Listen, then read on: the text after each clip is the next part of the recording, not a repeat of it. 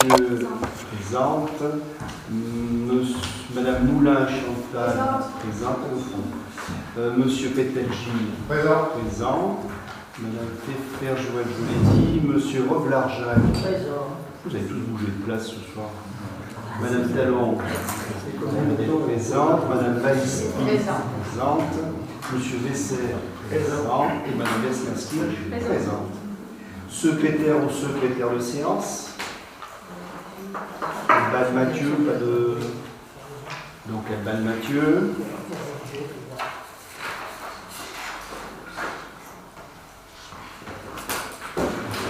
Par rapport au précédent donc, conseil de juin, 18 juin, y a-t-il des observations, des remarques, des choses qui n'ont pas été reportées? Adoptées. Donc nous allons passer à la première, disons, démarche, qui est la démarche de Mont-Barberne dans le cadre de la modification de ses statuts. Statuts qui ont été changés sur la modification numéro 3, qui concerne le projet de lecture publique présenté dans sa globalité devant les membres de la conférence des maires en 2018 se développe selon le calendrier initialement prévu. La lecture publique jusqu'à présent a été donc poursuivie dans le cadre de compétences, disons, communales. C'est ce qu'on appelait les 2 ans qui avaient la poursuite de la mise en place, mais qui était prévu dans ces compétences-là. Donc en 2020, la communauté de communes pourra fonctionner avec 2 équipements supplémentaires qui relèvent aujourd'hui de la compétence des communes. Il s'agit de la médiathèque des Martres de Verre et de celle de la Roche Blanche, afin de pouvoir disposer de ces nouveaux outils pour conduire la politique de lecture publique communautaire. Il est nécessaire de faire évoluer les statuts de la communauté de communes en mentionnant ces 2 équipements à l'article 4 des compétences quatrièmement des compétences supplémentaires. C'est donc l'objet de la modification numéro 3 des statuts de Mont-Barberne Communauté. Et les nouveaux statuts sont joints en annexe. Je suppose que vous les avez lus. Est-ce que par rapport à cette modification statutaire, vous avez des remarques? Pas de remarques? Donc je vais faire vite. Y a-t-il des abstentions? Y a-t-il des contre? Donc adopté.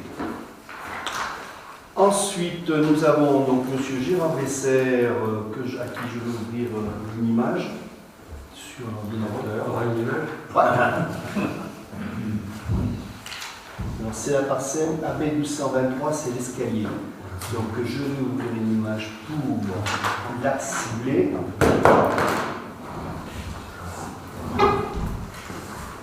Voilà l'escalier. Donc vous regardez bien l'escalier, je vais vous en faire passer 2-3. Vous aurez ensuite le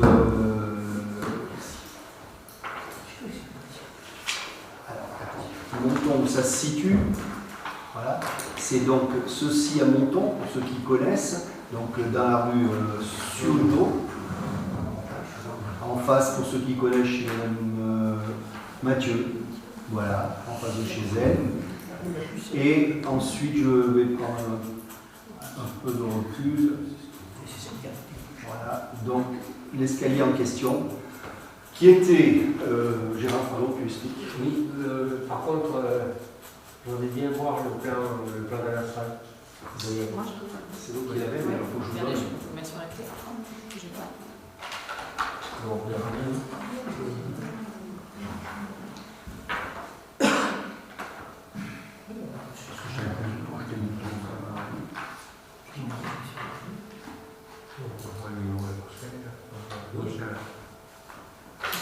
Oui, c'est ça.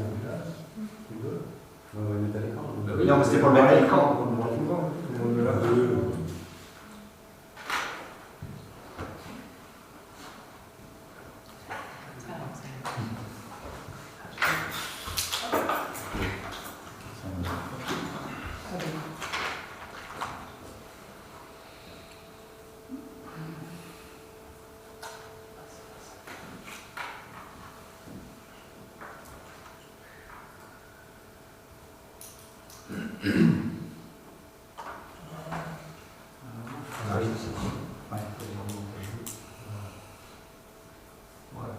Voilà. Donc oui, il s'agit de la parcelle 1223 qui est accolée à la parcelle 409. La parcelle 9 étant une maison d'habitation. Donc c'est une situation évidemment qui dure depuis longtemps et qui avait été déjà mise en évidence lors de la réorganisation de notre voirie communale, dont on avait parlé déjà, ça fait quelques années, ça fait 2, 3, 4 ans peut-être, le temps passe tellement vite, où évidemment cette 1223, il avait été, disons, décelé. À ce moment-là, elle n'existait pas, la parcelle 1223. C'est-à-dire que le petit carré rouge qu'il y a actuellement à l'écran faisait partie de la rue Souleau et donc du domaine du communal public. Donc à cette époque-là, évidemment, ça avait été porté sur le listing des anomalies administratives dont notre voirie souffrait. Et évidemment, pour régulariser, au cas où régularisation il y aurait, on avait déclassé la parcelle 1223 où il y a, comme vous l'avez vu tout à l'heure sur les photos, la présence de l'escalier qui donne accès à la maison d'habitation. Donc cette parcelle 1223 qui faisait partie de la rue Soto, donc domaine des communales publiques, est devenue domaine communal privé et ainsi elle a un numéro cadastral. Pourquoi aujourd'hui on va régulariser cette situation? On va régulariser comment? Eh bien, la régulariser en la cédant au propriétaire de la 409, de l'année 409, pour la bonne et belle raison, c'est que ce propriétaire-là vend son bien. Alors il est évident que vendant son bien, eh bien, il vendait l'escalier qui donne accès également à la maison d'habitation. La notaire évidemment a dit oh, pop, là il y a un souci. La 1229 ne vous appartient pas. La 1223, pardon. La 1223 ne nous appartient pas, ça fait partie du domaine communal privé de la commune. Alors évidemment, souci du propriétaire, je dis c'est une bonne raison pour régulariser cette situation, et à ce moment-là, évidemment, on lui propose d'acquérir ce bien-là, évidemment, qui lui est absolument nécessaire. Voilà donc le pourquoi de cette démarche, céder à l'euro symbolique. On ne va pas aller chercher ça, ça nous enlève les épines du pied, c'est une anomalie que l'on régularise. Il y en a un nombre incalculable dans la commune. Et les jardinières qui sont sur le domaine public, les petits recoins dont les propriétaires se sont accaparés. Et évidemment, chaque fois qu'on en a l'occasion, et là on en a l'occasion, il est bon de régulariser cette situation-là. Donc la régularisation est toute simple, on scelle à l'euro symbolique le petit bout de la parcelle de 1223. Et évidemment, tous frais de notaire seront à la charge de l'acquéreur. Et ça lui permettra de vendre son bien, finalement, c'est-à-dire le désir qu'il a. Voilà. Surtout de rentrer chez lui. Oui, de rentrer chez lui. Voilà. Et puis bon, c'est une question également de responsabilité. Cet escalier, bon, il appartient finalement, il est sur le domaine public. Imaginons qu'il y ait un accident, on ne sait pas, bon, un cycliste qui s'embranche à cet endroit-là, quelqu'un qui tombe de l'escalier, eh ben, il tombe, il a un accident sur le domaine privé de la commune, et c'est nous qui sommes responsables. Donc il est bien évident que ce genre de situation, nous sommes favorables à cette régularisation. Il ne fait pas une mauvaise affaire, parce que pendant combien d'années il n'a pas payé de taxes foncières? C'est le cumulé qui pourrait être une bonne affaire, c'est pas ce qui est parent. C'est peut-être pas le propriétaire qui a construit sur le domaine public, mais bien sur le plan strictement juridique, il ne fait pas une mauvaise affaire. Oui. Moi, j'ai Il ne fait pas une mauvaise affaire. Nous non plus. Nous non plus. Tout le monde est compris. Voilà. Donc c'est Et ils n'en étaient jamais rendus compte avant. Non, parce que c'était pas cadastré. Quand on a fait venir Visio, c'est Visio qui l'a cadastré quand il a fait l'inventaire. Et c'est, rassurez-vous, il y en aura d'autres comme ça qui vont arriver, qui sont sur le domaine public alors qu'il existe, comme le disait M. Bessière, alors les bacs à fleurs encore, c'est pas trop grave, mais quand c'est des escaliers pour entrer, comme c'est le cas, il y en a plusieurs dans le bois de Monton, il y en a plusieurs à Soulas, donc tout ça doit être régularisé par un notaire, mais les notaires, ça ne les intéresse pas. Parce que, voilà. Mais par contre, là, ces démarches-là, comme on dit à chaque fois, nous d'accord, on cède, ce que je vous propose ce soir. Mais par contre, l'acte notarié, c'est à vous de vous en occuper. C'est pas à nous de prendre l'acte à notre charge. Voilà. Donc il y en aura certainement d'autres comme ça. Et là, on va passer les autres après une grotte. Est-ce que ça attire d'autres remarques, d'autres réflexions, d'autres constats? Non. On passe au vote. Abstention? Contre? Adopté. Toujours M. Bessière, acquisition de la parcelle AB26. Alors pareil, je l'ai sorti. Oui, c'est une grotte. Excusez-moi, je vais vous arrivez, hein. On n'est pas loin. Alors, grotte.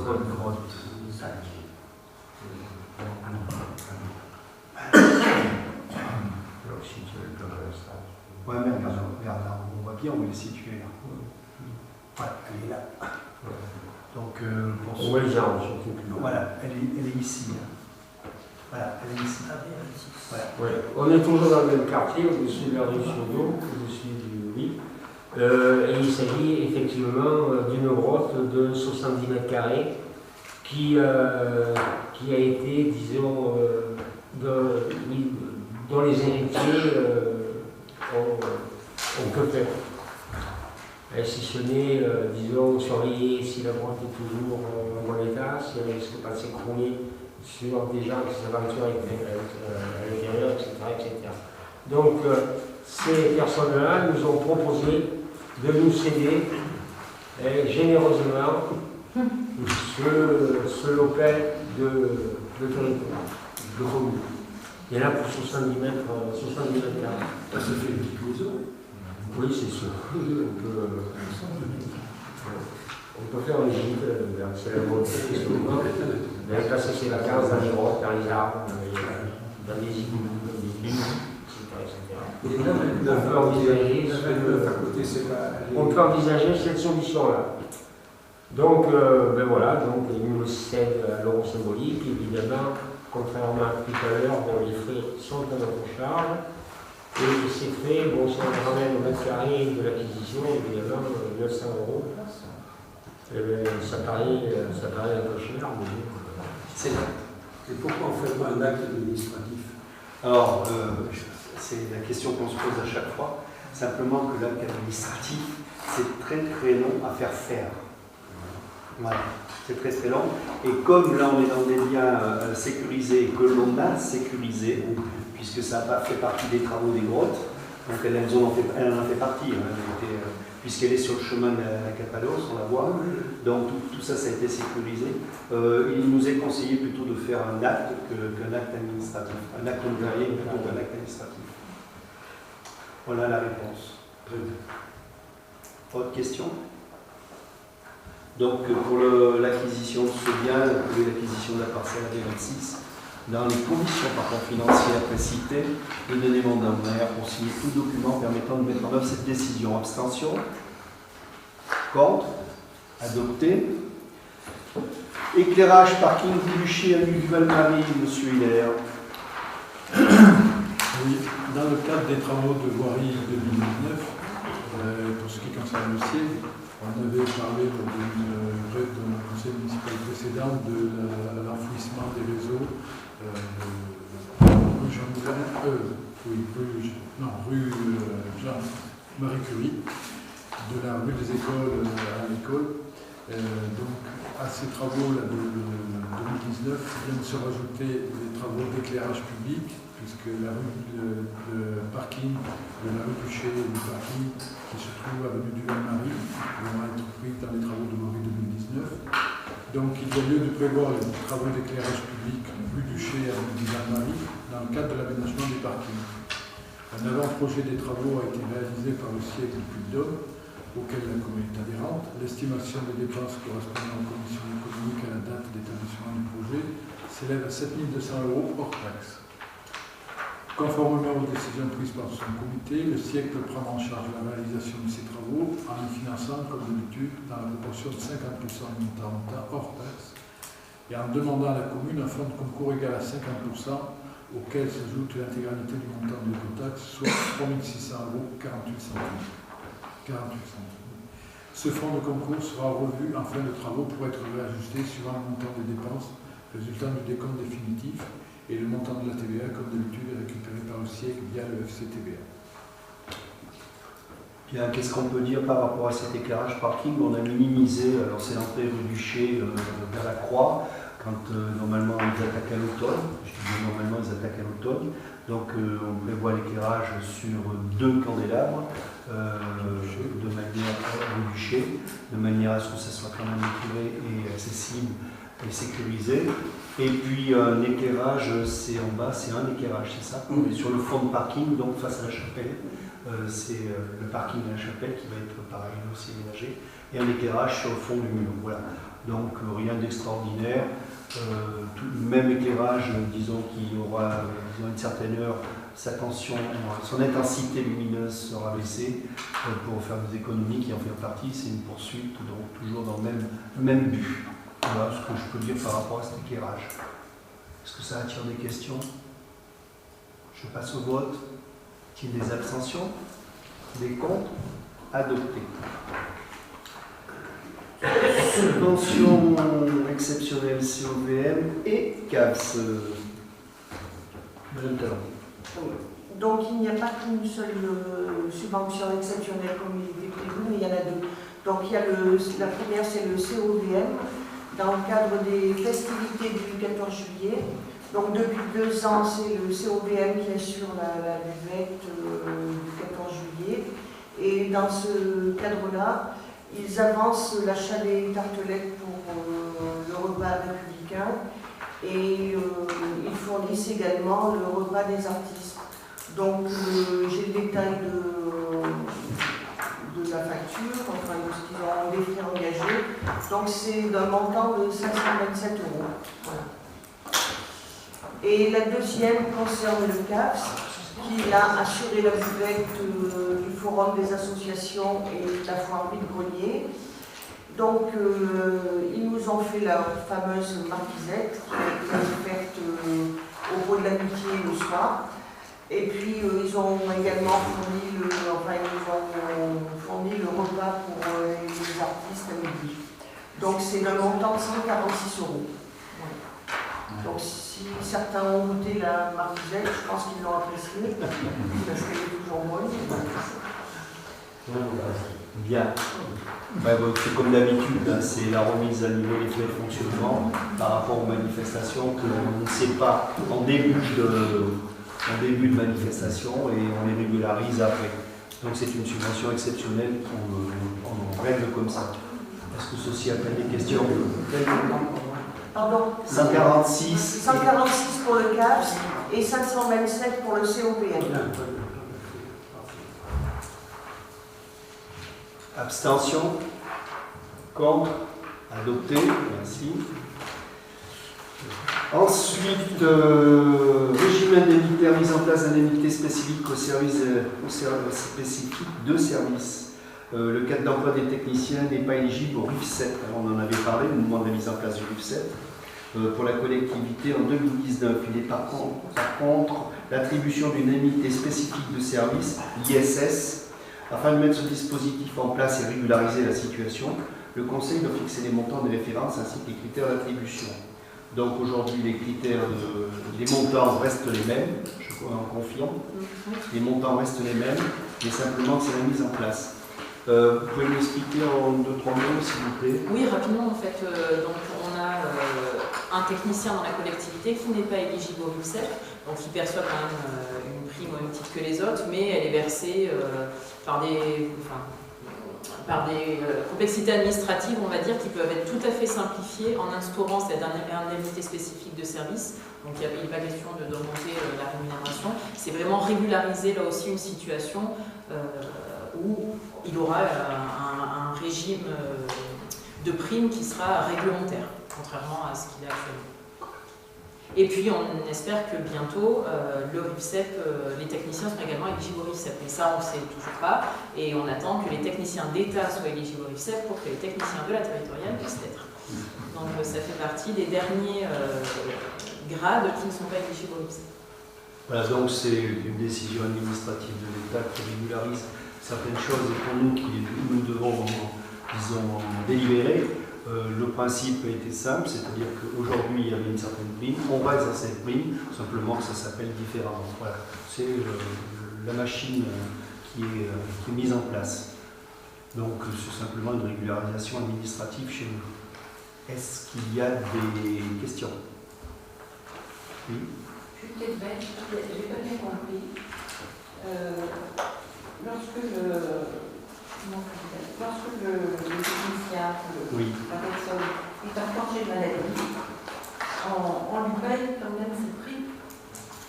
C'est le cas pour le RIFSEP déjà. Pour tous les agents.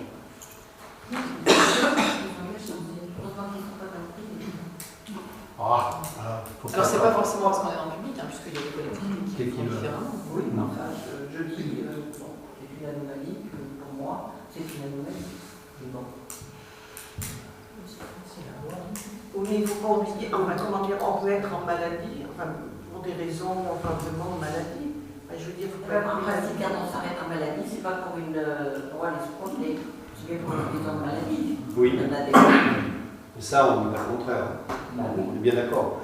Mais ce n'est pas d'aujourd'hui. Je pense que ces indemnités ont toujours été versées à tout moment aux agents en fonction des arrêts maladie. Ça a été un sujet et un débat. Effectivement, on peut dire, est-ce qu'on pénalise une personne qui est arrêtée malheureusement? Après, la longue maladie, c'est différent, attention, on est bien d'accord.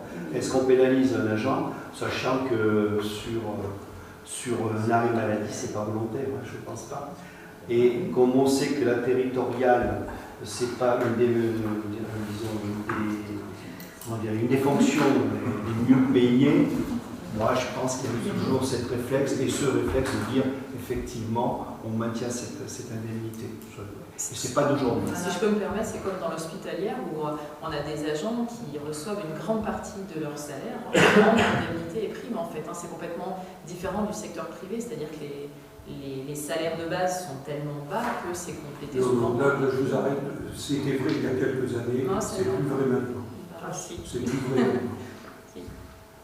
Si c'est que dans le privé, que ça soit au salaire bas ou au salaire haut, on ne touche pas. Ah, ça dépend où. Alors là, je ne suis pas d'accord. Je ne suis pas d'accord avec vous. Mais bon. Oui, donc dans ce cas-là, on peut faire la différence entre le secteur privé et le secteur public, et donc on est là pour savoir si Pour nous, c'est une régularisation administrative. Ça, c'est ce que vous abordez, c'est un autre débat. Là, c'est une régularisation administrative, qu'on soit bien d'accord. Il n'y a pas d'ambiguïté, on n'en profite pas pour augmenter quoi que ce soit le régime indemnitaire. Le régime indemnitaire est exactement le même. Simplement que maintenant, on ne peut plus l'appeler de la même manière, on ne peut plus l'attribuer de la même manière, donc on régularise. Voilà. Autre intervention? Qui s'abstient? Qui est contre?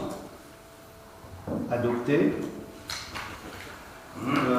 Je vous ai fait passer un document qui est une motion où il y a eu une rencontre avec donc, le directeur du trésor public à la Comcom, qui a été convoqué tous les maires et d'autres personnes qui se sont joints à cette explication.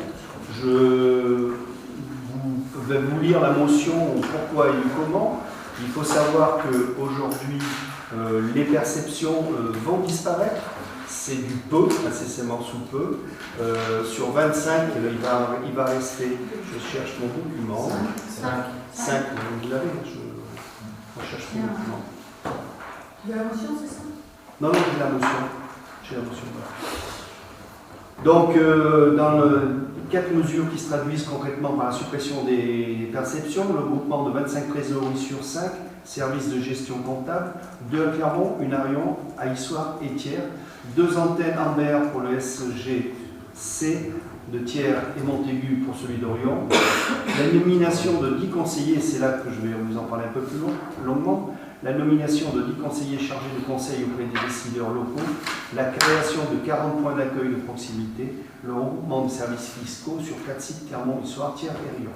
C'est-à-dire qu'aujourd'hui, la perception, comme on la connaît, ne va plus exister. La perception, non, elle se bien, elle se mal, ça j'en sais rien. Chacun pour voir, c'est juste. La perception va disparaître, aussi bien et plus autant pour le public que pour les collectivités. Mais nous, les collectivités, quand on avait un problème, et je pense que Mme Massiri pour nous le dire, quand on a un problème en comptabilité, la première chose qu'on fait, c'est d'appeler le percepteur et essayer de trouver l'article, la ligne et tout ce qui s'ensuit qui va bien. Donc, on nous a démontré par A plus B qu'il va y avoir sur Internet un site qui correspondra à nos demandes et à nos questions. Moi, je pense que les questions et les demandes qui sont sur le site d'Internet ne répondront pas forcément à la problématique de l'instant T quand on aura une difficulté sur un paiement, sur un article, sur une chose qui est difficile à mandater et ainsi de suite. On aura par contre, vous l'avez lu, la nomination de 10 conseillers chargés du conseil auprès des décideurs locaux. C'est-à-dire que ce monsieur, on ne l'aura pas en permanence, on l'aura s'il est là, s'il décide de se déplacer. Pardon ? Ils ne seront que 10. Et ils ne seront que 10 pour tout le département. Donc, ce qui veut dire qu'à un moment donné, on va se retrouver confronté à notre personnel qui s'occupe de la gestion, de prendre une décision. Cette décision, elle va référer au maire, bien sûr, puisque c'est lui qui aura le pouvoir de signer ou pas signer ses paiements, ses mandatements. Simplement qu'avant, on avait le percepteur qui nous disait « Ok, c'est bon, vous pouvez y aller ». Aujourd'hui, le conseiller, si on ne l'a pas, on ne pourra pas mandater, on ne pourra pas payer. Donc, c'est déjà pour les collectivités, disons, quelque chose qui est très grave, très, très, très grave. Et alors, pour les citoyens qui devront voir le percepteur ou voir, disons, le trésor public, il faudra qu'ils se dirigent à Clermont parce que nous, dans notre secteur, eux, ils n'ont plus de relation avec ces gens-là. Donc, cette suppression, pour nous semble, les maires de la communauté de communes, disons, pas acceptable. C'est pour ça que le président a fait une motion, le président de Mont-d'Arverne a fait une motion qu'aujourd'hui qui vous est proposée. Alors, soit je peux vous la lire, soit vous l'avez lue. Vous l'avez lu ? Bon, voilà. Donc, je ne sais pas ce que vous en pensez, je vous laisse libre cours si vous avez, là, disons, des questions que je puisse y répondre. Mais vous savez, c'est une présentation de la part du Trésor, une volonté, de toute façon, on sait très bien que cette volonté, elle vient d'un mot, et cette volonté, c'est de fermer les perceptions, c'est-à-dire qu'on supprime du personnel administratif, surtout par la base, mais pas sur le haut. Une fois de plus, donc nos perceptions, nous en avions une à Vic-le-Comte, une à Saint-Amand-Talande et une au Marne-de-Verre, sont fermées toutes les 3. Voilà. Il faut préciser, enfin, je prends un exemple puisque je suis aussi contribuable sur le secteur jumeaux. La perception jumeaux, le percepteur c'est celui d'Issoire qui vient une demi-journée par semaine. Mais là, ça ne sera plus les percepteurs. Quand on dit ça sera les conseillers. Jumeaux, c'est Brassatémy, Lausa, c'est Bassani. Et une demi-journée par semaine, ils viennent d'Issoire pour aller à Jumeaux. Et on pourra prétendre avoir ces conseillers sur nous par l'intermédiaire de la création de 40 points d'accueil de proximité. Donc ces 40 points d'accueil de proximité, dans un premier temps, c'était de dire il s'en rapprochera des communautés de communes. Donc nous, il ne serait pas loin, puisque la communauté de communes aujourd'hui est sur le territoire. Demain, je ne sais pas où elle sera, mais aujourd'hui, elle est sur le territoire. Ça veut dire qu'ils voulaient s'installer sur la commune de Vermonton, ça avait été cité. Mais la commune de Vermonton, elle n'a pas les locaux adaptés pour recevoir une personne qui est susceptible de recevoir aussi les autres communes. Donc, la problématique est là. Est-ce qu'il va s'installer à la communauté de communes? Possible, pas possible. Mais ils n'ont pas déjà assez de bureaux, donc moi, je ne sais pas comment ça va se passer. Voilà. Donc, cette motion, c'est de mettre en garde l'État que de la suppression des perceptions, ça entraîne, disons, un service public de proximité important pour les gens qui va disparaître. Ok, c'est formidable, puisqu'on ne va plus payer les habitations, ça fera des nouveaux. C'est peut-être ça, mais c'est peut-être ça. C'est le mal du siècle, ça ne va pas toucher seulement ce genre de structure, puisque c'est tout ce qui est digitalisation et dématérialisation qui a fait ça. Donc c'est que le début. Voilà, c'est que le début. Donc après, il y avait eu une conférence il y a quelques temps déjà sur la destruction de certains emplois qui n'existeront pas plus, du moins, en tant que tel. Et ça c'est dû à tout ce qui arrive au niveau numérique, digitalisation, dématérialisation. Donc là on prend un exemple, mais vous pouvez aller dans d'autres structures, même privées, publiques, ça touche tout le monde. Voilà. Aujourd'hui, quels seront les emplois de demain? Je ne sais pas, en tout cas, certains emplois qui n'existeront plus. Oui, s'il y en a encore des emplois, c'est ce que j'avais dit. Ça sera certainement d'emplois, c'est clair. Mais voilà, c'est quelque chose. Alors après la motion, je ne sais pas ce que ça peut faire. Ça peut faire entendre effectivement, mais aujourd'hui le processus est très avancé. Vous pouvez le voir, regardez comment vous payez vos taxes d'habitation, taxes foncières, on le sait, un certain montant maintenant, vous ne recevez plus rien. Tout est prélevé à la source. Tout ça, ça vient forcément détruire aussi des emplois. Ça en fait partie. Alors déjà il y a 2 ans, oui 2 ans à peu près, on nous avait réunis, on nous avait dit effectivement la communauté de communes se renforce, se regroupe, les communautés de communes se regroupent, il y aura toujours une perception de proximité, donc il avait été dit que la perception des mares de verre c'est celle qui resterait. La perception de Saint-Amand était là uniquement dans le cadre de, on va dire, de la trésorerie, parce qu'il y a énormément de liquides qui circulaient sur les offices de tourisme d'EDA et ainsi de suite. Donc il y a le percepteur récoltait tous ces fonds et ça évitait d'avoir des numéraires dans les offices de tourisme. Et il y avait celle de Vic-le-Comte qui a une population relativement importante, mais elle qui était fermée au détriment des mares de verre. Et là, la dernière réunion, de toute façon, elle ferme toutes les 3. Toutes les 3, donc voilà. Donc cette motion, on s'oppose fermement à ce démantèlement des services publics, c'est ce qui est écrit. Maintenant, voilà, je laisse libre appréciation, je t'en prie. Je vais vous dire, je voterai, mais j'ai bien malheureusement l'impression que ça sera un coup d'épée dans le dos. Parce que ce qui vient d'en haut, sauf que si on ne fait rien, on n'aura plus qu'à faire. Je vous rejoins tout à fait, si on ne fait rien. Oui. Oui, je suis assez d'accord avec ce que vous disiez. Avec la dématérialisation, beaucoup de secteurs sont touchés. N'oublions pas quand même qu'un trésorier public, il a aussi une vocation de conseil des élus. Conseil des élus, et ça peut pas être dématérialisé. Le conseil des élus, et le conseil des élus est important parce que les élus ne sont pas forcément formés de par leur métier, de par les compétences qu'ils peuvent avoir, j'allais dire naturellement, enfin, de par leur expérience, ne sont pas forcément formés à ça. Or, ils en ont besoin. Moi, je crains qu'on soit dans une mouvance de destruction de services publics, où la dématérialisation dans certains secteurs n'a rien à voir. Si on regarde ce qui se passe dans les services hospitaliers, si on regarde ce qui se passe dans les services d'éducation, de recherche, etc., dans les fonctions régaliennes de l'État, dans beaucoup de fonctions régaliennes de l'État, on assiste à une diminution des potentialités de services publics.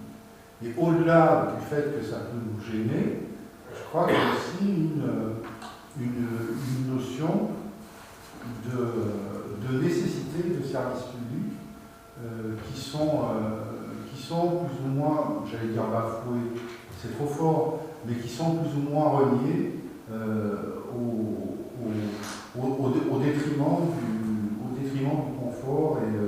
du confort et du bien-être du citoyen.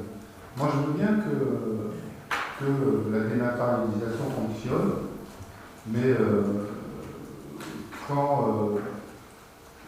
une petite dame seule, âgée, ou un vieux monsieur seul va devoir consulter la trésorerie ou les services fiscaux pour pouvoir remplir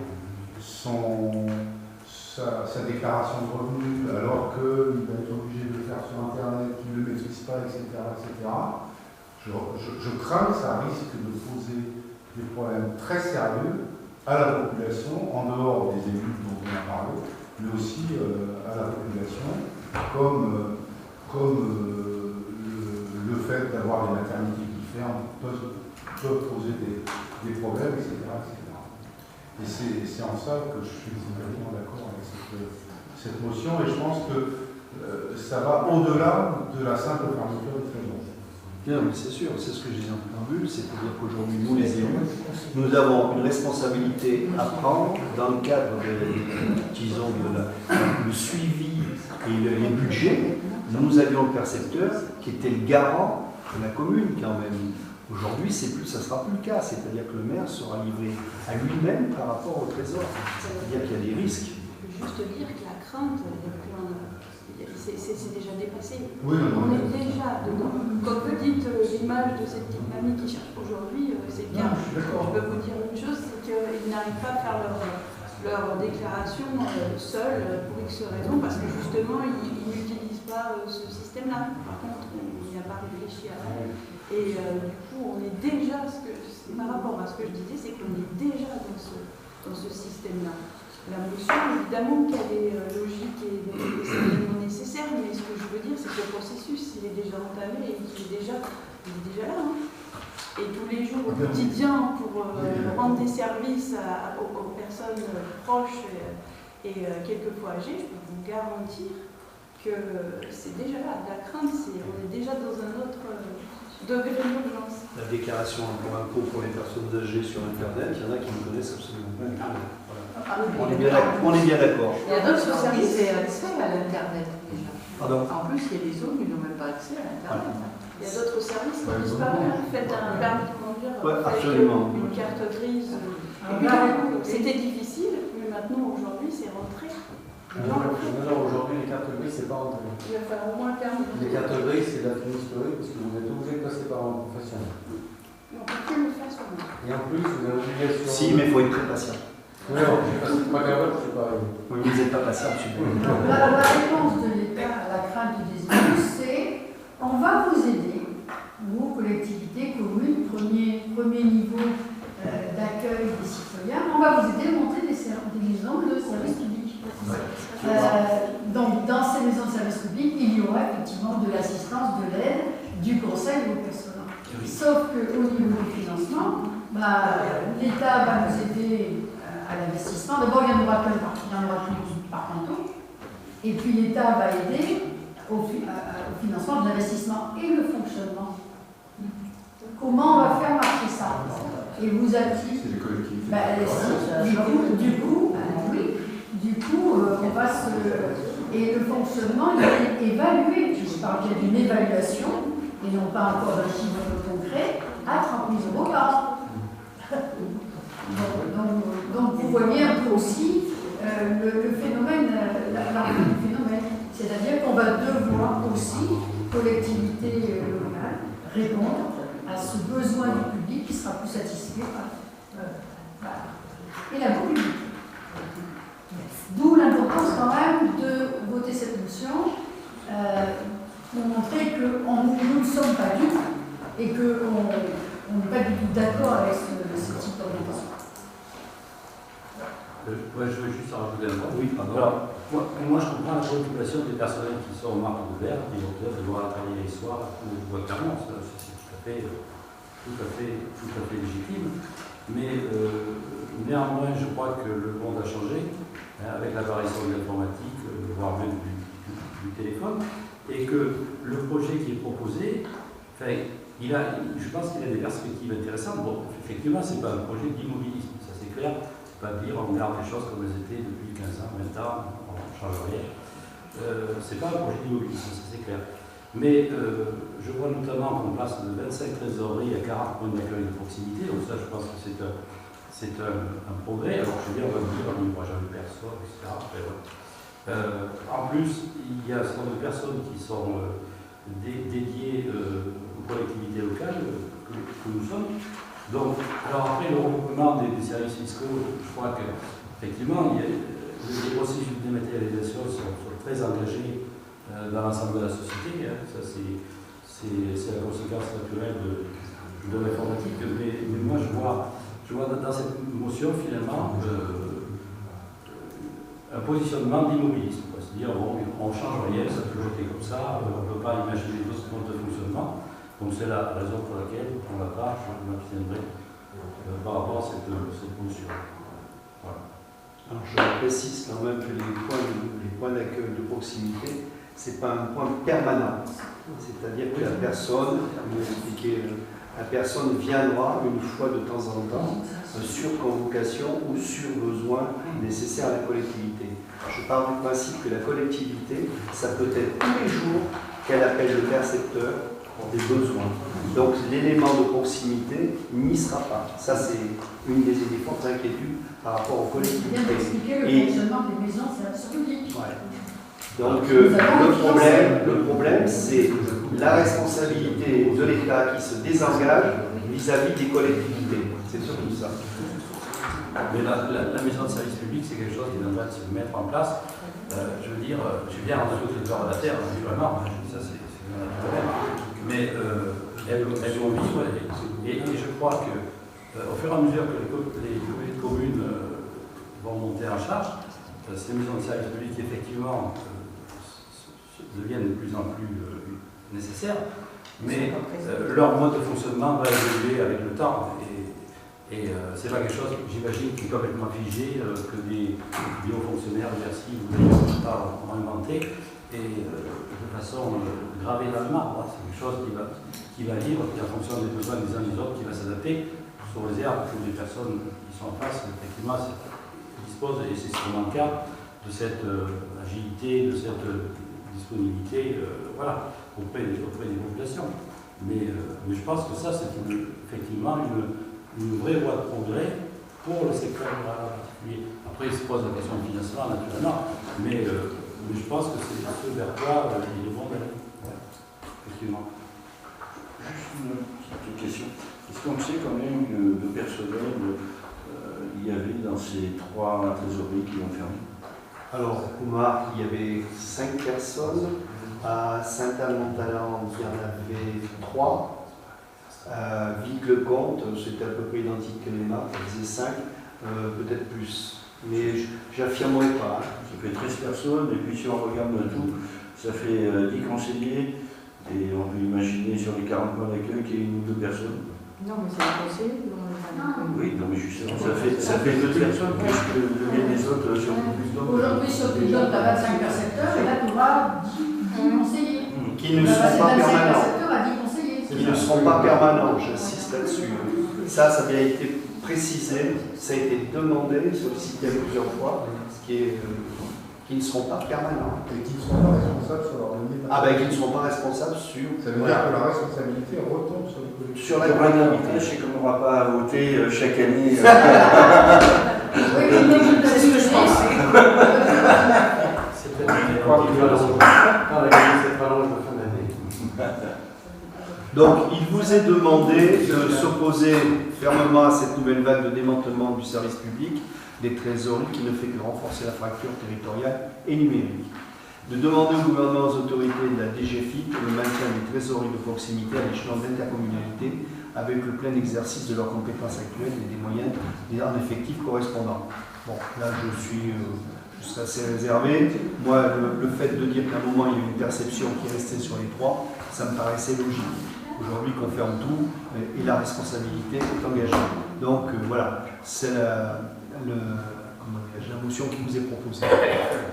Oui. Monsieur le maire, un petit peu d'humour. Je voudrais remercier mon excellent collègue Gilles Pétain pour la sollicitude qu'il a eue à mon égard en disant du vieux monsieur seul.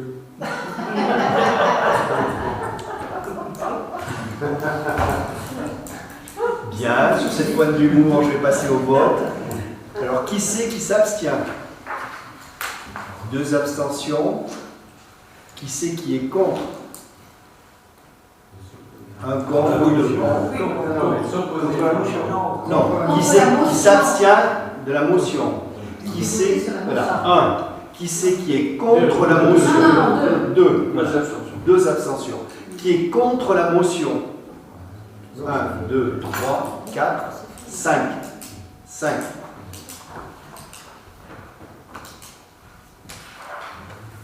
Non, c'est contre le texte de la motion? Oui. Non, ok, je suis pas mort. Alors on va recommencer. Qui est-ce qui approuve la motion? Voilà. Qui est-ce qui approuve la motion? Là, ça sera Alors, 1, 2, 3, 4, 5, 6, 7, 8, 9, 10, 11, 12, 13, 14. Qui s'abstient? Toujours 2. Donc il y a Et Alban qui est un contre la motion. D'accord. Ok. Il y a des votes qui comptent double. Ah oui, oui, ah oui, n'oubliez pas. Oui, mais moi je porte 2 fois. Ben oui, il y a déjà entendu Oui, oui, je ferai, je sais qui a fait quoi. Voilà, ok, très bien.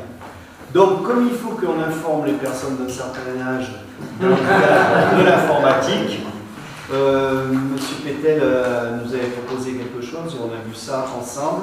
On en a parlé à l'exécutif avec le micro. Tu peux nous en parler du clic? Un clic, mais pas le clic Lyon.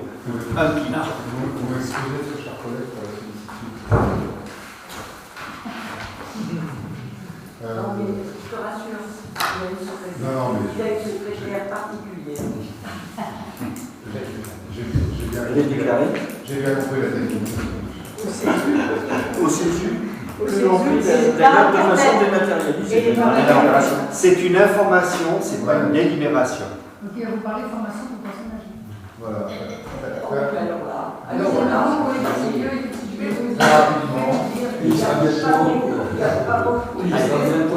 Laissez-le parler, s'il vous plaît. Très rapidement, j'ai appris au conseil départemental qu'il y avait une possibilité de faire venir une entreprise qui s'appelle Famille,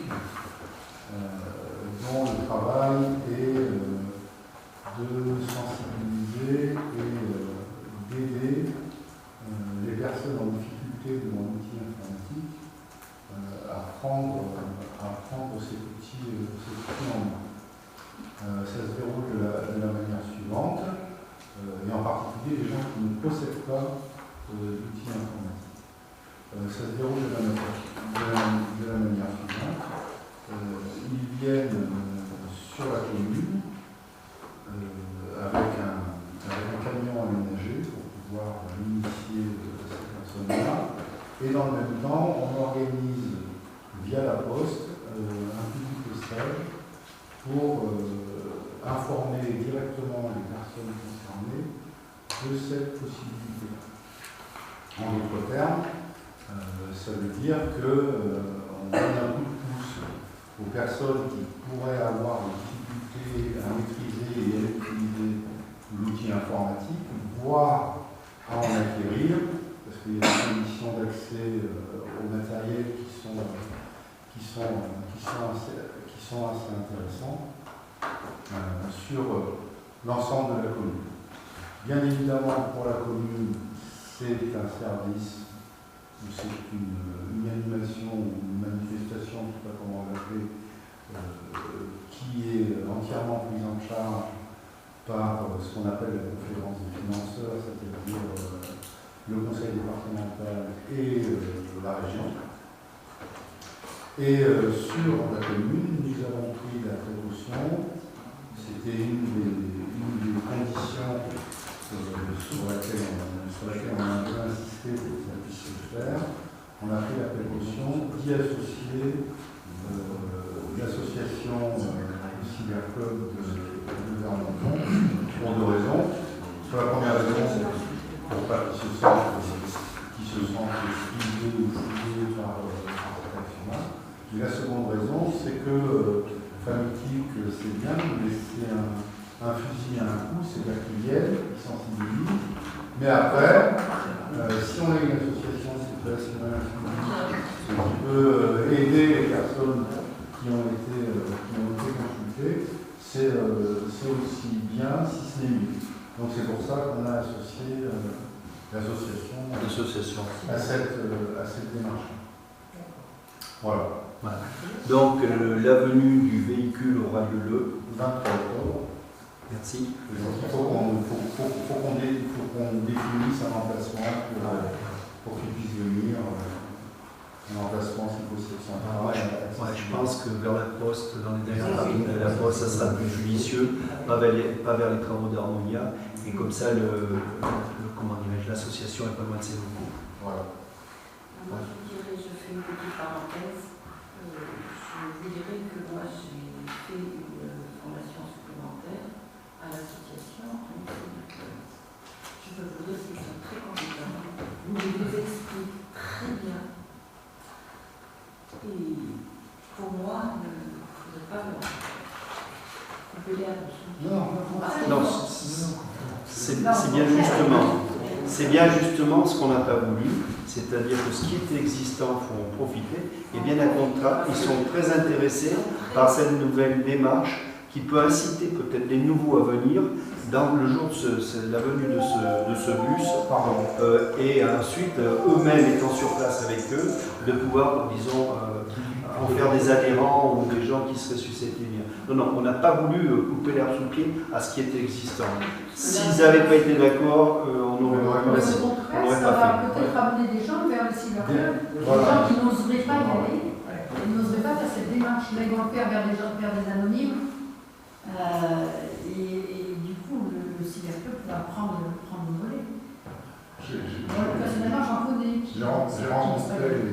On a rencontré, puisque il était aussi, on a rencontré la présidente et les administrateurs du cyberclub au forum des associations, qui connaissent l'équipe d'ailleurs, qui ne sont pas mécontents de travailler avec eux. Et effectivement, eux, ils voient une opportunité d'augmenter leur impact en quelque sorte sur la communauté.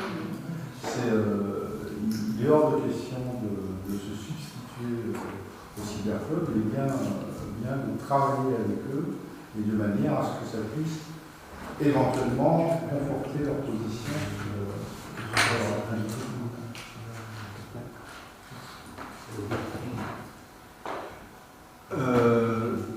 Les questions du jour sont épuisées, mais on va passer dans des questions diverses, c'est-à-dire des informations et des demandes un petit peu express. Alors, la première information importante, vous avez pu lire dans la presse que la CatNat sur 85 communes est passée, une catastrophe naturelle, est passée pour 75 communes, je crois, ou plus, et les Vermonton et Orsay et d'autres n'étaient pas dans le disons, retenus. Mais ils ne sont pas retenus parce qu'elles ne sont pas passées en commission CatNat. C'est-à-dire que normalement, nous, la commune de Vermonton, on devrait passer le 10 septembre. Si c'est ça, je vous ai dit la date du 10 septembre, ce que m'a dit la préfecture. Parce que notre dossier est arrivé plus tard que les autres. Pourquoi il est arrivé plus tard? C'est simple, c'est que moi j'ai tenu à ce qu'il y ait beaucoup de personnes qui soient enregistrées. Parce qu'après on nous dit oui, c'est pas passé par la mairie, ou c'est pas si, j'ai tenu. Donc on a envoyé notre dossier à 2 mois d'écart avec les autres communes. Mais notre dossier, avec d'autres communes, va être, disons, étudié, on va dire le terme étudié, le 10 septembre. Alors j'espère que pour la commune, on sera ce coup-ci reconnu en CatNat. Alors il y a une chose que je dis en voix off, hein, mais malgré que ça enregistre, on devra bien faire attention si on est reconnu en CatNat, que ça sera bien 2018 et une période bien précise. Donc vous comprenez ce que ça veut dire quand on écrit à son assurance. Il ne faudra pas écrire 2015, 2016, 2017. 2018. Voilà, je dis ça, je n'en dis pas plus parce que de toute façon, nous on préviendra tous ceux qui sont sinistrés, on a leur adresse et leur numéro de téléphone parce que vous savez qu'ils ont 10 jours pour se déclarer.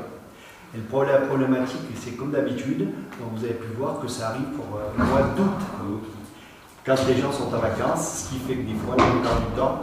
Donc nous, ce qu'on a demandé, c'est d'avoir des numéros de portable, si on pouvait les joindre, des numéros de téléphone, et on essaiera de faire au mieux pour former tous les gens. Voilà. 2018, ça concerne beaucoup de personnes? Oh, ça concerne un gros paquet, oui. Mais c'est toujours pareil, c'est ceux qui reviennent chaque année. Voilà. 2019, ça va toujours pareil. Voilà. Parce que moi, je vois sur quelque chose comme ça. Alors 2019, ça y est, ça commence à s'accumuler. Et puis alors là, c'est impressionnant. Bon. Par contre, la CatNat 2015, vous savez qu'on était parti en procédure avec un certain nombre de communes. Donc, Maître Da Silva nous a répondu, c'est hier. Oui, tiens. Moi, j'ai pas eu le temps de tout décrypter parce que le langage d'un avocat par rapport à nous, les maires, petits maires que je suis, a des difficultés des fois à décrypter. J'ai cru comprendre qu'on pouvait repartir en appel. Alors moi, j'aurais tendance à dire, s'il y avait une reconnaissance là, est-ce que ça serait... Hein? L'appel, ce sera sur la 2017. Oui, mais c'est ça. Pas sur la 2015. Non, mais c'est ça, ça sera en 2017. Mais que les gens se regroupent sur la 2018, à mon avis, ça serait plus judicieux. Mais bon, voilà. Mais pour le moment, j'ai pas plus de détails. En 2018, ce sera, disons, ça convient d'un nombre de reconnaissance pour la... Vous voulez dire la date? Vous voulez dire la date? Non, la date. Disons, ça sera la troisième, la quatrième. Ça sera 2018. Oui. C'est ce que je suis en train de vous dire. Mais ça va prendre des Il y a eu 2017. Avant. Eh bien, il y a eu 2015. Et avant. Ah ben, il y en a eu. Ah oui, il y a un nombre. Ah, on en sera à peu près une dizaine. À une dizaine. Et vous faites très bien de le soulever. À chaque fois qu'on dépose une CatNat, la caution. La caution, ça augmente. L'usager doit payer. La franchise.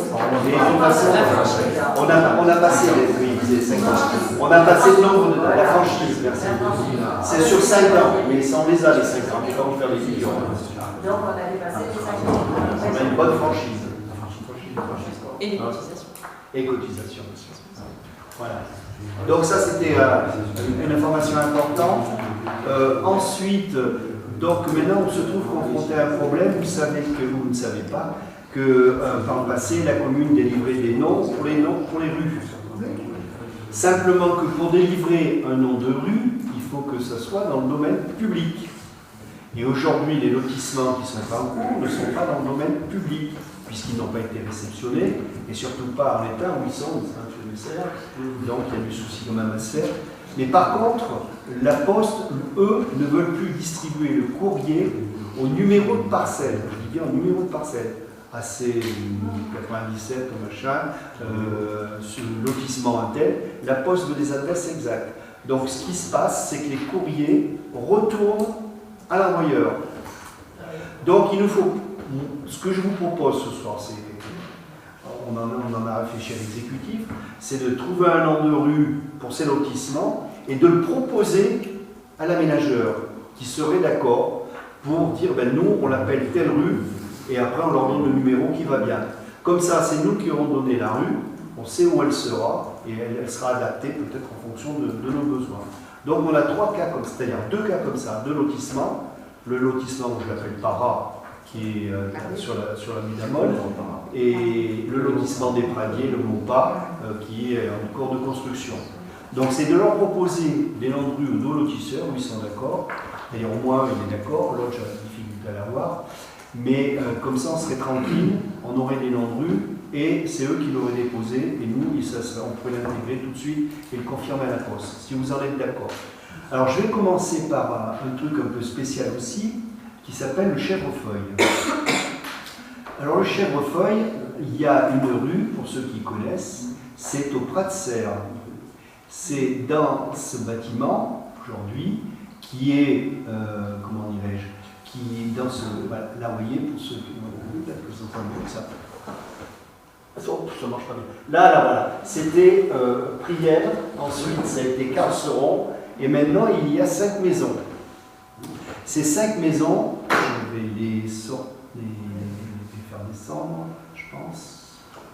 Excusez-moi, je n'ai pas mis la souris, donc je ne suis pas très doué avec ça. Donc ça va pas, il faut que j'aille sur l'autre. Tchouk tchouk. Non, c'est pardon, excusez-moi. reviens dessus. Voilà. Donc ce lotissement, il est fait comme ça. Voilà. Il est fait comme ça. Et donc ces 3 maisons-là, 1, 2, 3, on leur sorti sur ce chemin-là. Ce chemin qui part du chemin du Chèvrefeuille et qui remonte comme ça. Et pardon. C'est le chemin de Taubise. Là, non, c'est le chemin du Chèvrefeuille, ça. Oui, Taubise, c'est celui-là. Ouais. C'est celui-là. Ah, c'est celui-là. Voilà. Mais par contre, ce chemin qui sort du chemin du Chèvrefeuille, il n'y avait pas d'habitation qui sortait sur dessus. Donc, il n'a pas de nom. Donc, c'était de vous proposer de lui mettre un nom pour ces trois riverains qui ne peuvent pas s'appeler chemin du Chèvrefeuille, puisque le Chèvrefeuille sera ici. Et là, il y a aussi 3 habitations. Donc, comme on est dans un principe de Chèvrefeuille, de feuille, on s'est dit pourquoi pas le baptiser chemin des Glycines. Il y a des Glycines en Voilà. Voilà. Donc l'ancienne place, maintenant, est le. Comment dirais-je? Là, la place, il y a 5 maisons. Et à savoir qu'il y a une maison qui s'est terminée ici et qu'il va y en avoir d'autres ici. Donc le chemin, vous voyez, le chemin du Chèvrefeuille est bien marqué comme tel. Et il part de la communauté de communes pour remonter ici. Donc ce petit bout de chemin où il y a 3 résidents, il n'y a pas de nom. Est-ce que le chemin des Glycines vous convient? Il faudra qu'il plante quelques glycines. Alors, à noter aux propriétaires, planter des glycines. Ok. Ensuite, le lotissement des Pradiers. Voilà. Alors, le lotissement des Pradiers, aujourd'hui, voilà, il est fait comme ça. Simplement qu'il n'y a pas de. Peut-être que je diminue pour que vous voyez mieux. Ceci dit, je ne sais pas si on trouve Chèvrefeuille, c'est dans l'arbre des Chèvrefeuille, je ne suis pas sûr. Je ne suis pas allé voir. Ah si, il y a du Chèvrefeuille. Il y en a, ouais. Ah oui, il y en a. Bon, mais ça pousse avec la nature, ça. Mais c'est bien pour ça que ça s'appelle comme ça. Ah. C'est quand le laboratoire s'est installé qu'ils avaient choisi ce nom. Ah oui, il y a des plantes là. Voilà. D'accord. Voilà, alors donc celui-là, c'est le lotissement qui est face à l'école, donc l'école est située ici, et il va sortir sur le chemin de Saint-Alire. Donc ce chemin-là n'a pas de nom, c'est-à-dire cette rue, on l'appellera rue, je suppose, ce sera beaucoup mieux. Et là par contre, il y a une impasse sur un chemin, donc moi je pense qu'on peut lui donner un nom aussi à cette impasse. Et donc là c'est pareil, on a essayé de correspondre un petit peu à tout. Donc elle avait été baptisée, hein, celle-ci, ne pas le perdre de vue que c'est justement Madame Moulin qui était secrétaire de séance, et on l'avait baptisée rue des Vernes. Donc la rue des Vernes est liée, donc on va lui attribuer des numéros parce que maintenant les parcelles sont bien définies et pratiquement toutes vendues. Mais il me reste ce petit bout là. On ne peut pas dire que c'est la rue des Vernes parce que c'est un chemin piétonnier qui va sortir à Saint-Alire. Donc on a regardé et on l'aurait baptisé chemin des Aulnes ou impasse des Aulnes. Mais il sort. Ce qui est exactement la même chose. Oui, le Verne est un homme. C'est pas de la Verne. C'est fait exprès. Est-ce que. Alors après ces chemins passent, je sais pas, elle sort. Si débouche sur un chemin, il vaut mieux mettre un pass. Ah non, mais il débouche piétonnier. Hein. Ben oui. Oui, mais si on met le chemin, c'est une impasse. Parce que les voitures s'engagent. Vis-à-vis des voitures, c'est une L'impasse des Aulnes. Après, mettez les zones.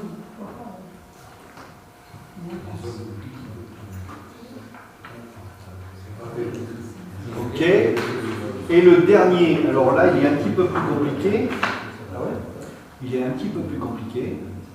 Parce que j'ai regardé sur le temps. Alors, c'est lui. Voilà. Alors lui, il est un petit peu plus compliqué. Parce que je vais le rectiposer un peu. Voilà. Et là, il est complètement habité maintenant. Donc les gens se sont donné un nom de rue, pratiquement. Ils se sont donné rue des Paliers, ou non, rue des Maupas, et voilà. Le Maupas étant un lieu-dit, donc on conserve le Maupas. Mais par contre, on s'est dit, le chemin qui partirait de là, de ce point-là à ce point-là, il faut lui donner un nom, parce que là, c'est le chemin qui part du cimetière de Vers et qui arrive et qui est le chemin de la paix. Est-ce qu'on poursuit jusque-là ou pas? Voilà. Ça fait une continuité. Donc, ces 3 maisons qui sont là, 1, 2, 3, 4. Non, lui, il a son entrée sur la montée. Hein. Oui, sur la montée. Oui, lui, il a son entrée sur la montée aussi. Voilà. Donc, 1, 2, donc je ne me suis pas trompé. Il n'y a qu'une entrée, de toute façon. Là, les deux, il n'y a qu'une entrée, parce que l'habitation et la piscine. Ouais. Donc, ils sont dans la rue Montand. Oui. Donc, sur le chemin de la paix, si on conserve le chemin de la paix, il y a 1, 2 et 3 parcelles en bas. 1, 2, 3. Et l'anneau par lui-même, on s'est dit, puisqu'il y a le conflit entre l'avenue de la Monne et que c'est la Verre, l'a baptisé rue de la Verre. Oui, mais on voit la Verre, elle passe pas là. Non, La Monne non plus. Oui, non, mais bon, on va pas débaptiser des rues. Mais il faut penser aussi que les gens, intuitivement, quand ils cherchent, c'est où la rue de la Verre? Elle est pas comme on peut chercher la rue des Glycides, la Elle rue n'est pas, des elle Guillaume. n'autre pas. On est sur la place Stade, rue du Place de France. Elle est près, la Verre. C'est à peu près, elle n'ose pas la Verre. Oui, mais la rue de la Monne, c'est pas la même. Non, mais elle existe déjà, mais c'est pas parce qu'elle a été mal dénommée. Ah oui, Là, à ce niveau-là, la Monne et la Verre sont dans le même pays. oui, et elles sont dans le même lit. Elles sont dans le même lit. Ils sont dans le même pays et elles font mon ménage. Je sais pas, moi vous ayez autre chose comme idée. Le lieu dit non, parce que c'est le lieu dit le mot pas. Il faut trouver pour cet anneau, c'est-à-dire ce. Ah non, je sais pas, si vous avez une idée. Hein? Ah non. Ah non.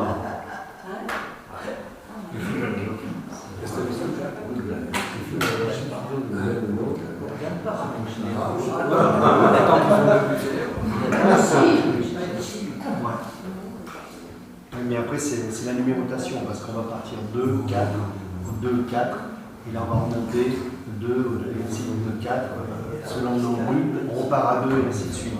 Donc on les identifie. Et la poste, alors la poste est très très exigeante aujourd'hui. Elle veut plus. Non, mais ça se comprend. Parce que les préposés, ils sont plus là pour 10-15 ans, ils ne connaissent plus leur secteur. Tout ce qui est à droite, Oui, mais ça, oui. Non, mais si vous voulez, si ça se termine, 2, 4, 6, 8, qui viennent derrière, check le 1 et 3. 1 et 3. Oui, mais moi, c'est le nom de rue, c'est pas la numérotation. Ça ne me pose pas de problème. C'est le nom de rue que j'aimerais bien qu'on me trouve, si vous en avez là. Rue du Moupa, principalement. Non, c'était le lotissement Le Maupas. Elle n'a pas été délibérée, celle-ci. C'est le lotissement Le Maupas. Mais, pardon? Oui, ça va très bien. La rue du Maupas? Oui, parce qu'on a déjà la Oui. Il y a déjà l'allée. Ah oui, alors s'il y a déjà l'allée du Maupas, non. Parce qu'il y a des confusions après. Où est-ce qu'elle est l'allée du Maupas? Comment elle s'appelle? Il y a des confusions. Laquelle? C'est l'anneau. Celle-ci là? Mais elle n'a pas de nom, c'est celle-ci que je vous demande. C'est celle-là que je vous demande. Où est-ce qu'elle est l'allée du Maupas? Non, mais Je ne sais pas. voilà, c'est celle-ci moi que je vous demande. Oui, celle qui fait le tour. Qui fait le tour. Après, est-ce qu'on la fait descendre là? Est-ce que le chemin de la paix s'arrête là? Voilà, après, bon, ça. Rue des Maupas? Ah ben, allons-y pour la rue des Maupas. Ouais, et l'autre, c'est pas. C'est chemin de la paix, l'autre. Non, mais ici, tout dépend. Là, cette maison, il n'y a que cette maison finalement qui pose problème. Oui. Tout dépend de son entrée ou on le Elles ont toutes les deux leur entrée en bas. Parce que moi, je la Bon, fais bah, partie C'est en là bas. en bas. Oui. Oui, donc de toute façon, on se casse bien la tête pour elle, pour donner un nom de rue à ce petit chemin. Donc ici, rue des Montpas, on commence, bon, ben, ou de côté ou de l'autre, on commence à droite. À droite, c'est 2, 4, 6, 8. 2, 4. Oui, 2, 4, et ensuite ici, rue des Montpas, bon, 2, 4, 6, 8. Et on n'a pas. Et au milieu, c'est 1 et 3. D'accord. Tous les mots par 1 et 3. Ok. Voilà. Donc, je vais proposer ça aux aménageurs. Pourquoi rue des Montpas? Du Montpas, c'est du Montpas. Parce que c'est le Montpas. Rue du Montpas. Parce que c'est le Montpas. D'accord. Ah, mais bien sûr. Là, ça fait 2, 4, 6. Ok. Voilà. Qui c'est qui a encore des questions diverses sur des interrogations? Madame. Monsieur le maire, si vous permettez, j'ai reçu la copie d'une lettre qui vous a été adressée par une de vos administrés et qui m'a demandé si je pouvais la lire au conseil municipal. Je vous en prie. Alors, si elle n'attire pas de polémique, non, on va faire ça avec confiance. C'est une lettre qui est adressée par Madame Viviane Beauvais à l'attention de M. Fafon, maire de Clermont et de tous et toutes les élus. Je regrette une fois de plus de venir honorer mon surnom de plus grande râleuse du village, désigné ainsi par la mairie, je pense que c'est vrai, mais permettez-moi de m'insurger contre cette débauche d'entretien des rues de la commune, tous azimuts, depuis une semaine. Non que je m'oppose à cette soudaine paroxystique frénésie de nettoyage, rendant honneur comme il se doit à Notre-Dame de Montbron. Je ne l'ai jamais vu valider. Mais à l'heure où notre maison brûle et nous regardons ailleurs, pour citer Jacques Chirac, sauf erreur, permettez-moi de vous dire à vous toutes et tous les élus mon désaccord en ce qui concerne les moyens utilisés pour tenter vainement et inlassablement et plusieurs fois dans la même année d'éradiquer les herbes qui font partie de la nature et que d'autres villages voisins respectent, car les moyens en question dégagent une pollution que vous ne pouvez, que vous ne devez pas ignorer, nuisance phonique durant des heures et nuisance gaz d'échappement de toutes ces machines utilisées de concert. Détail croustillant, c'est lorsque la souffleuse, j'ignore le nom exact, rabat les feuilles dans le caniveau et que le vent les disperse immédiatement, ce serait comique si, point de vue. Par ailleurs, je me permets également de vous rappeler, car si ma mémoire est bonne, je vous l'ai déjà signalé, que certaines personnes dispensent du désherbant de façon récurrente au bout de la rue de la Chaume, sur un espace que je pense être communal. Et à ma connaissance, je ne pense pas que ce soit autorisé. Je suppose que vous devinez la cohérence de tout ce système. C'était mon billet d'humeur au nom de la liberté d'expression, quoi qu'en disent certains esprits chagrins, pour rester dans l'euphémisme. À noter que ma démarche n'est pas de me poser en donneuse de son, mais je viens plus simplement vous suggérer une remise en question pour ce qui est de participer à notre petit niveau à la protection de ce qui peut être encore préservé. Puis-je aussi vous suggérer d'installer quelques poubelles murales supplémentaires dans les rues, ce qui inciterait peut-être les jeteurs de mégots et autres détritus à les utiliser.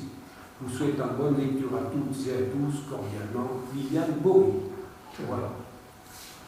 Alors, je ne rentrerai pas dans la discussion, débat par rapport à cette personne. Nous sommes en séance publique. Mais je peux vous dire qu'un coup, c'est les herbes, un coup, c'est les chiens, un coup, c'est les chevaux, un coup, c'est les voitures, un coup, c'est... Il y a toujours quelque chose avec cette personne. Voilà. Mais je vais lui suggérer qu'au mois de mars, elles viennent compléter ou elles viennent se poser en candidate sur la commune pour justement travailler comme elles le souhaitent, parce que c'est surtout ça, c'est dire aux autres ce qu'ils ont à faire, mais surtout pas faire ce que moi et après je ne rentrerai pas dans les détails. Voilà. Par contre, il faudrait vérifier l'information si vraiment il y a quelqu'un qui va mettre des désherbant sur le domaine public, là j'aimerais bien qu'on y mette le privé, parce que effectivement on ne peut pas l'interdire chez le privé. Il ne manquerait plus que ça, on est une commune qui se veut le plus exemplaire possible en matière d'utilisation. Alors bon, moi quand j'ai l'usage, j'ai souri. Mais vous êtes fait quand même un plaisir de le lire. Non, mais à partir du moment où elle demande que ça soit une oui. Je pense qu'il fallait le faire. Mais d'ailleurs, vous n'êtes pas mis en cause parce que bon. Non. Mais c'est une des versions, parce que je peux vous montrer l'autre version. Moi j'aurais une question sur le mégabit. Est-ce que beaucoup de gens s'interrogent, qu'est-ce qu'elles sont venues, qu'est-ce qu'elles vont venir?